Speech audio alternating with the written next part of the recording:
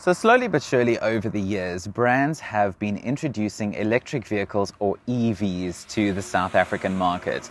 They've been gaining popularity, probably not as quick as they should, but we're getting there. And one of those brands to introduce EVs into the South African market not too long ago is MINI. I must be honest, I'm in my comfort zone a little bit over here because I drive a MINI as my personal car, so I was very happy to get this car on test. I'm Dean Friederich, welcome back to the channel. This is the Mini Cooper SE. Let's go check it out.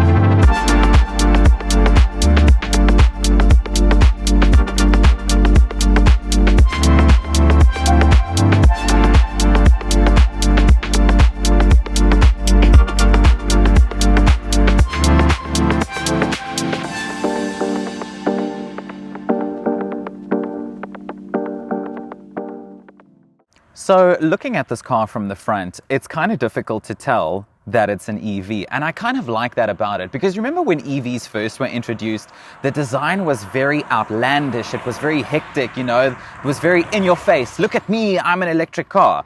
But when you look at the Mini Cooper SE, you wouldn't really know that it's an electric car apart from a couple of exterior accents that do give it away. For example, I'll show you on the back in just a little bit. There's a big badge there that gives it away, but this yellow S over here, the yellow side view mirrors as well, that also gives the game away that it is an electric vehicle. And also, if you look closer, you'll see that all of this is closed up because there's no engine to cool off anymore. So looking at this car from the front, and pretty much from any angle, you would not tell that it's an EV. And I like that. It sticks to the quintessential personality and styling of a Mini that has become so iconic and that we all love so much today. Let's go check out the back.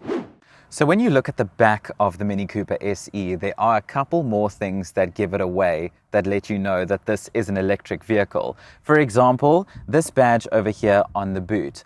This little yellow badge with the E in here, all electric Mini models have this badge on them. That's one of the major exterior signs that this is an EV. And of course, looking at the back bumper, no exhaust. There's no exhaust at the back here because there's no engine. So it's just one solid design, which does look a little bit weird because we all know that, you know, with the Coopers, they've got the exhaust on the side. The Cooper S has got the very iconic double tailpipes in the middle. But no, with this one, solid design going all over. I also really like these Union Jack tail lights on the back. These look so cool, especially driving at night. It looks really awesome. Something else I like as well is the blacked out badging as well. I spoke about that previously in one of my other reviews of the Opel Mokka when I said that it's really nice when you see the black badges on the back because it really elevates the look. It makes it look so much more snazzy, and definitely does that with this one as well. Let's go check out the interior.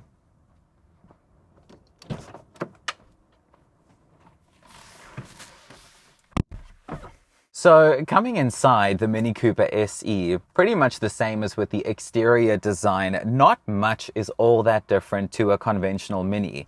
And I say that in a good way because I love Mini interiors. As I mentioned in the beginning of the video, my personal car is a Mini. So this to me, this is home. This is familiar territory. This is my comfort zone. And a lot of the comforts and design quirks and iconic styles of Minis still carries through to the Cooper SE. The only difference on the inside is that the yellow accents carry through. So on a normal Mini, for example, where the engine start switch would be red, with this one, it's yellow or green, tomato. Some people have called it yellow, some people have called it green. I'm going to go with yellow. So all those normal touches have still come through to the SE. Black headliner, thank goodness. A lovely, beautiful panoramic sunroof, which I am such a fan of. And all the nice extras that you would expect on a Mini Cooper. This beautiful round display with your iDrive system, which does, by the way, how weird is this, right?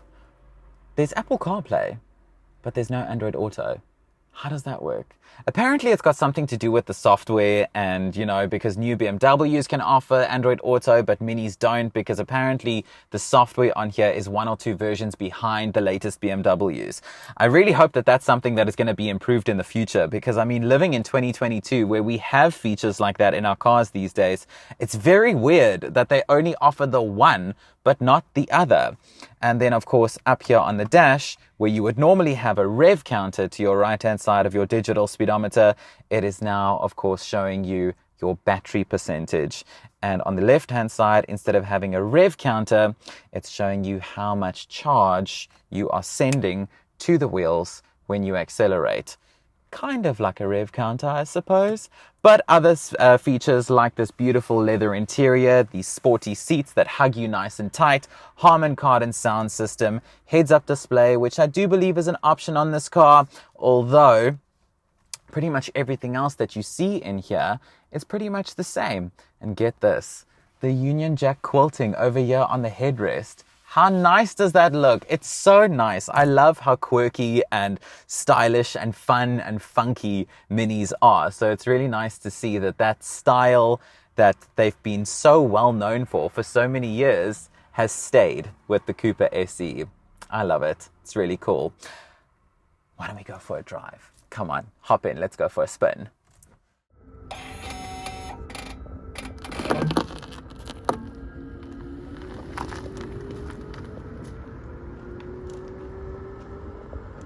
So before I want to tell you more about how the Cooper SE actually works, I do also just want to say a massive thank you to the team at MINI Tygervalley for giving us this loan car. I'm sure you recognize the personalized number plate. Yep, this car is from MINI Tygervalley. Thank you so much to the team there for helping us out with this test car.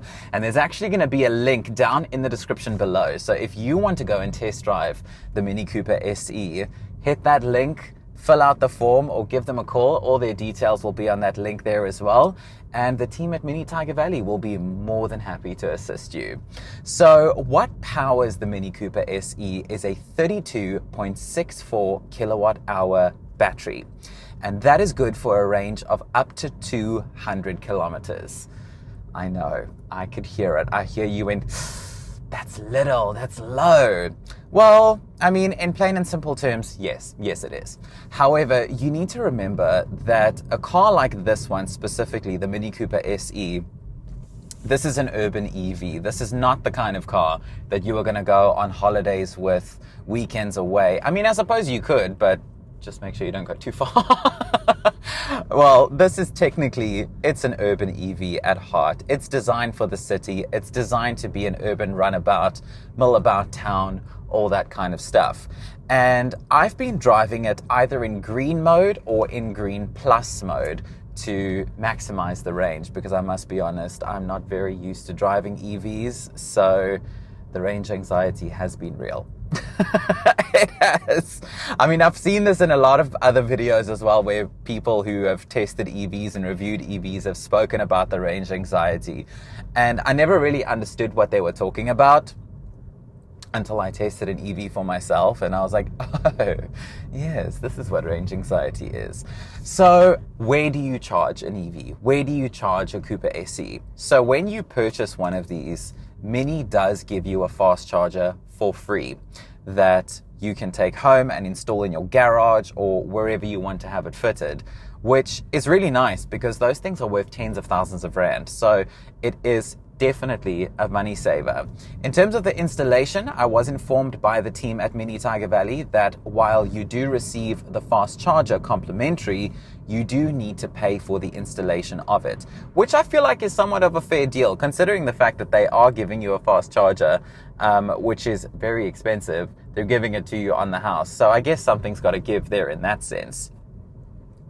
And I must say, not having a fast charger, I have experienced more range anxiety, I think, than what somebody would experience if they did have one. So the fact that you get one when you buy the car is definitely a massive, massive, massive plus. And then the other question comes up. Yeah, but load shedding in South Africa. Okay, I hear you. Load shedding is annoying. Load shedding does freak us out. Load shedding is a massive inconvenience. I don't deny that. But when you go to bed at night, you plug in your phone on charge overnight, and whether or not there's load shedding, about 9 3/4 times out of 10, your phone is fully charged the next day. When you go to bed at night with an electric car, you'll plug it into your fast charger in your garage, and leave it to charge overnight, and it'll be fully charged the next morning, whether or not there's load shedding. Because remember, with a fast charger, it's going to charge your battery up a lot quicker, as opposed to a normal charger that you would plug into like a normal 3-point plug in the wall, which I've been using while I've had this car, and it is not the best. So the fact that you get a complimentary fast charger when you buy this car, major, major, major plus. There are charging points popping up more and more all over cities like Cape Town, where I'm from. Majority shopping centers offer EV charging stations these days, and that sort of stuff. So when you go to the shops, you can plug your car in on charge and charge up the batteries while you do your shopping. So it's not really the end of the world. There are facilities for you to be able to charge an EV and to be able to, comfortably own something like this and emit the worry of fuel costs. Speaking of costs though, right? So the Mini Cooper SE is currently the most affordable EV available in South Africa. And unfortunately, that term is used rather loosely because at the moment, this model specifically, I was informed by the team at MINI Tygervalley that this model specifically retails for about 750,000 Rand. And that is not necessarily the brand's fault. A lot of that has got to do with the fact that at this point in time, the government places a major tax on the purchase of EVs, of electric vehicles. And that is unfortunately largely what causes EVs to cost as much as what they do in South Africa at the moment. So it's not necessarily the brand's fault. Driving an EV is a lot of fun. I'm not going to be rude. But it does a lot of cool things. So I want to show you something. I want to go around this bend. Accelerating in an EV is insane because the power is immediate. So I'm going to flip it into sport mode. Yaku, are you holding on? Because I'm going to floor it now and feel how quickly this car accelerates.